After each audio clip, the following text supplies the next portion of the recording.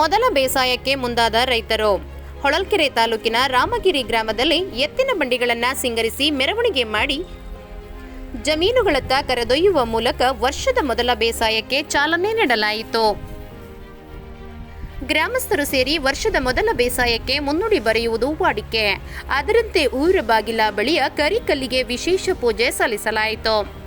ಇದೇ ಸಂದರ್ಭದಲ್ಲಿ ಊರ ಕೃಷಿಗೆ ಎತ್ತುಗಳು, ಕರಿಕಲ್ಲು ಕಟ್ಟೆ ಹಾಗೂ ಎತ್ತುಗಳ ಪಾದಕ್ಕೆ ಪಂಚಾಮೃತ ಅಭಿಷೇಕ ಮಾಡಿ ಮಳೆ ಬೆಳೆಯಾಗುವಂತೆ ಪ್ರಾರ್ಥಿಸಲಾಯಿತು.